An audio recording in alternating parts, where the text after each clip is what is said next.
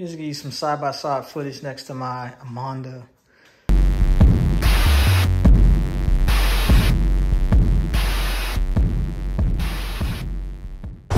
All right, y'all, in the garage. So I got a couple concerns with the bike.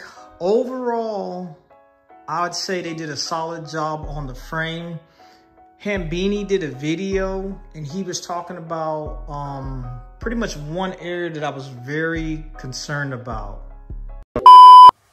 On the face of it, it might not quite show it very well on the camera. This is not quite perfect. It doesn't look to be perfectly in line, but when I've measured it, it's okay.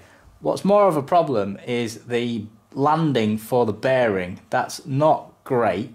As you can see from his video, he's basically talking about around the headset area, it was very thin on certain parts of the wall.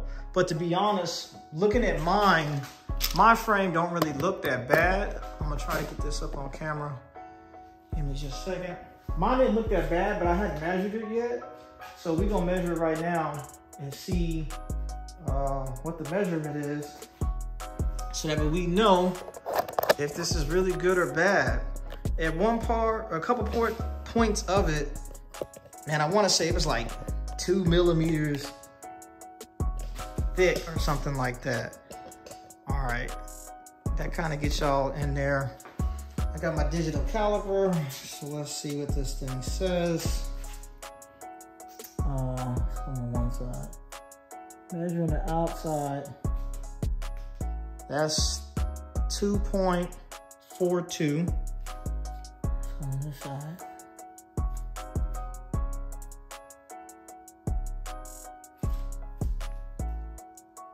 .97, and let's go in the middle.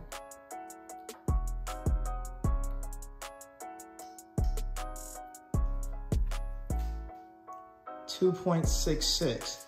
So with those measurements being consistent or pretty close all the way around, I can live with that. So for me, it's not a concern.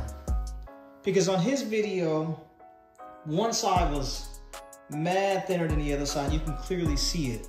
Also, this is the headset bearing, and if you look, it's in there. There isn't any play and it's solid. I'm good with that. So that was one concern that I had that I don't really have a concern for anymore. And it's the same thing on the bottom too. Let me see if I can flip this thing around so you can see the bottom of it.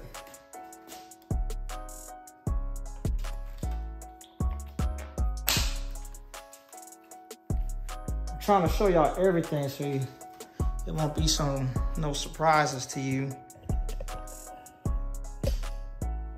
And when I ordered my frame set, these jokers don't know I got a YouTube channel or anything. So this is the bottom. We're gonna do the same thing. Let's measure with the caliper just to kind of see. But I'm just looking, the consistency all the way around here, it looks legit. This is like 319.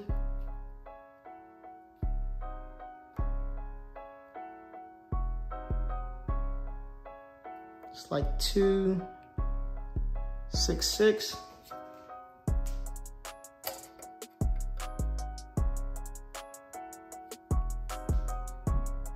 .281. Let me measure this again. Yeah, like 318. So on the bottom half of this, the right side is a little bit thicker than the left side. Is it a concern of mine? Nah, I don't really have a concern about it. Same thing, the bearing. Once the bearing is in there, man, it's in there. It fits. Ain't really no play in there, and I'm good with that. I'm good with that. Now, a problem area that I did find that I'm pretty sure I can work through it is on the brakes. So on the direct mount brakes, right? One of the parts of the design that I thought was pretty cool was where the brakes go. Inside where the brakes go, there's like a relief channel that's built into the frame where the brakes kind of recess in. You kind of see that? So the brake kind of sits inside of that. Now the only issue is when I tighten the brakes all the way down, this part rubs against the frame. Now for me to fix that, all I gotta do is get some washers and put them here and create a little bit more space, and that'll back them off of there. And then I think that'll be fine.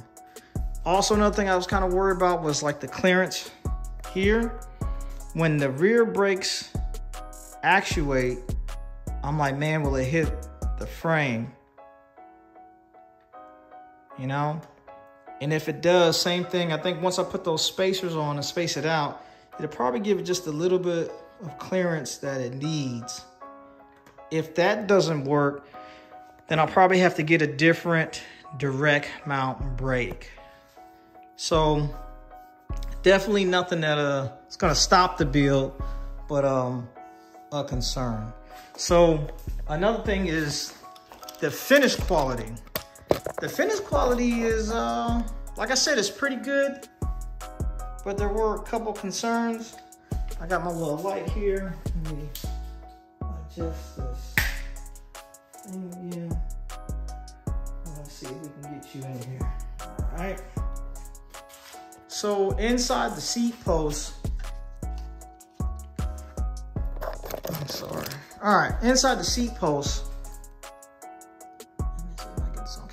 inside the seat post looks good. It's very clean inside there. Very clean, clean to the touch, and it looks good. I have no complaints about that.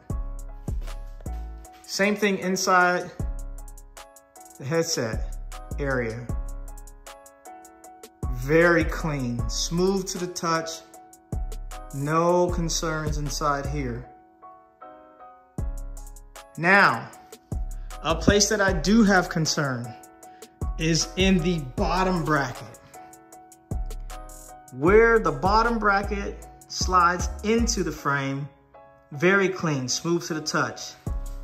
I don't have any issues with that on both sides. Try to get this light in here. There we go. Very clean. Now, on the bottom, you see this channel. So when you're running your mechanical wires, I'm gonna be running Di2, so that's not gonna matter to me. But on the inside, look at this work right here. It does not look clean at all. It almost looks cracked up a little bit. I'm trying to get it in there. I'm sorry. There we go. See, it kind of looks cracked up. It's very rough to the touch. It's definitely solid, but it just doesn't look good to me. You see? That's my only area of concern, is that area right in there on the bottom.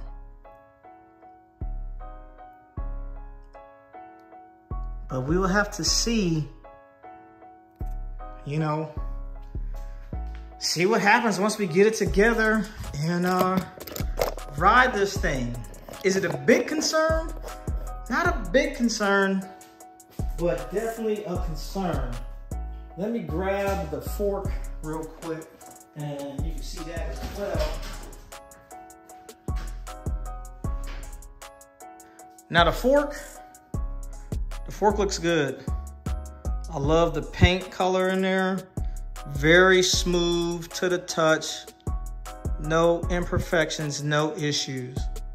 Now when I was talking about the brakes, this is another view of that pocket I was talking about, where the caliper actually recesses into the frame. I think that's real dope how they did that. And it's the same thing on the front. The direct mount brakes I have the Bond Traeger titanium joints. Aesthetically, yo, it is a pretty brake. They kind of rub the back side of that frame. I just have to get some washers, put them on the direct mount holes and kind of space it out, and it'll be good. And same deal, the headset bearing sits on there, perfect. No issues with the fork, I like it. What I'm gonna do right now is kind of put the bite together so you can see it as a whole. Not put the whole thing together, but just enough so you can kind of see how things are fitting. I haven't had no issues with it, the fit looks good. The only thing I did not really go with was the one-piece bar and stem.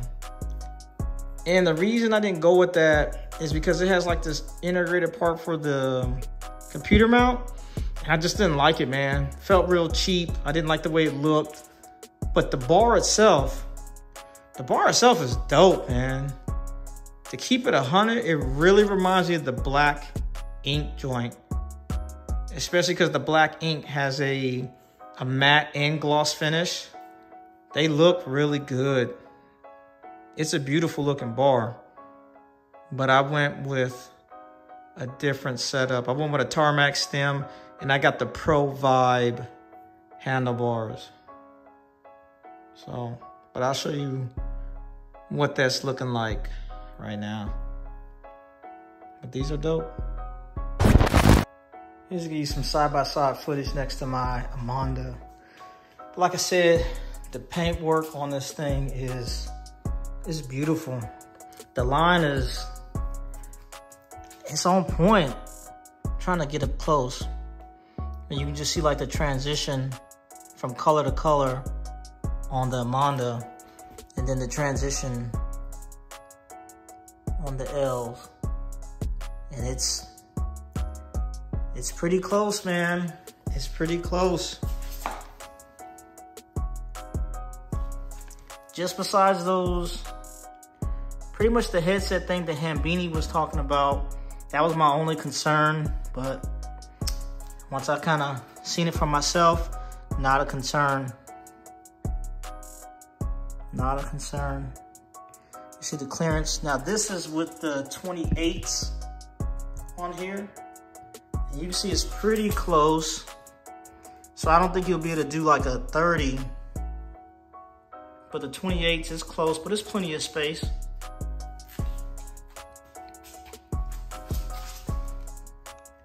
Of course, I haven't put everything together. And this is another thing too. So if you look at the headset, let me see. You see it's just like a little small space in here. But I would say that's pretty normal, because even if you look at the Amanda, it's got the same thing, just like a little bit of space in there. And that's just enough room for when you're turning the bars, you know, it won't be rubbing up against the frame.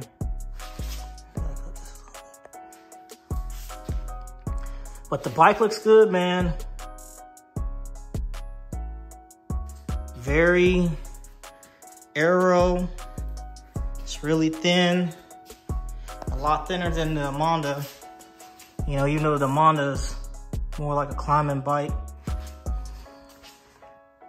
Kind of see this one? It's a lot thinner. Way thinner than the Amanda. And just kind of like the shapes of the tubes on the bike. See the bottom bracket area. Huge, real beefy, man. Let me see if I can get it on the other side so you kind of see all that carbon. You see the bottom bracket area here.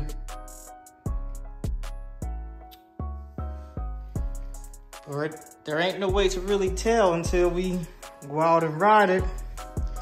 Hopefully I have it all built up by next week. And go out and put some miles on it. But I'm telling you, the paint looks good.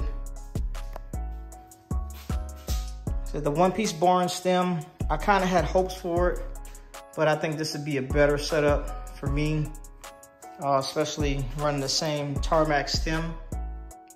And I'll do the computer mount out front. And then what I did was on my Amanda, I got it cut down and I modified that top cap to fit in there. And I'll do the same thing. But when I cut the steer tube, I'm gonna leave it at max stack right now. Ride a little bit, go down a little bit, small increments. And once I get it to the height that I want, then I'll cut the cut the steer tube all the way down. But the bike looks good, man. The bike looks, man, it looks good. It looks good. You see like that, the cork. I got the cork for it. Got them clean pedals. It's gonna be dope. It's gonna be dope. Robb Armstrong.